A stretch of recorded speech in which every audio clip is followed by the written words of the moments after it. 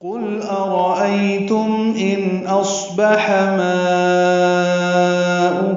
غورا فمن يأتيكم بماء معين۔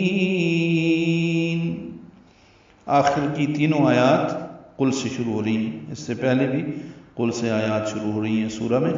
قاف پر لام ساکن پہ اظہار، لام باریک ہے۔ اور ایتم حمزہ قصہ حلق سے ادا کریں گے، رو خود پڑھیں گے، جلدی ادا کریں گے۔ اور ای آئلین نرمی سے پڑھیں گے۔ تم میں میم ساکن پہ اظہار شفوی ہے، ان میں اظہار ہے، اظہار حلقی، آگے حمزہ آ رہا ہے۔ اصبح حمزہ کو صاد سے ملائیں گے، صاد پر پڑھیں گے۔ با اور حا جلدی ادا کریں گے۔ ماؤکم میں مد متصل ہے، الف مدہ کے بعد حمزہ واو کی شکل میں ہے لیکن ایک ہی کلمے میں ہے، اس لیے مد متصل ہے۔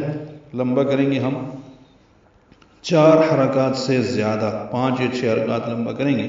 حمزہ واو کی جو شکل میں اس کو او پڑھیں گے، ماؤکم، ماؤکم، کم میں کاف باریک ہے، میم ساکن پہ اظہار۔ غو میں واولین ہے، غین پر ہے، را پر تنوین ہے، 2 زبریں اور اس کے بعد فانی کی وجہ سے اخفا ہے۔ غورا فمن یأتیکم، مئی میں نون ساکن کے بعد یعنی کی وجہ سے ادغام ہے، ادغام ناقص ہے، غنہ ہوگا۔ فمن یأتیکم حمزہ ساکن جھٹکے سے ادا ہوگا، تی یا مدہ ہے، 2 حرکات لمبا کریں گے۔ کم میں میم ساکن کے بعد با آنے کی وجہ سے اخفاء شفوی ہے۔ یأتیکم بما، ما میں مد متصل ہے، جیسے ماؤکم مد متصل پڑی، اب ما ان آگے حمزہ آیا ہے الف مدہ کے بعد تو یہ بھی مد متصل ہے۔ لمبا کریں گے 5 یا 6 حرکات، تنوین کے بعد میم آنے کی وجہ سے ادغام ہوگا۔ بماء معین، ام میں ادغام ناقص ہے، غنہ ہوگا۔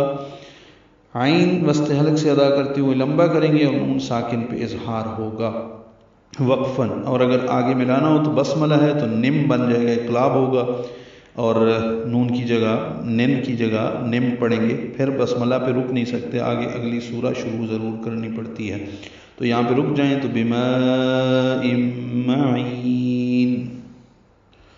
ان سے کہیے کہ بھلا یہ بتاؤ کہ اگر تمہارا کنویں کا پانی زمین کی تہ میں اتر جائے تو تمہیں میٹھا صاف پانی کون لا کر دے گا، یعنی کون ہے جو اس پانی کی بہتی ہوئی سوتیں تمہیں نکال کر دے گا۔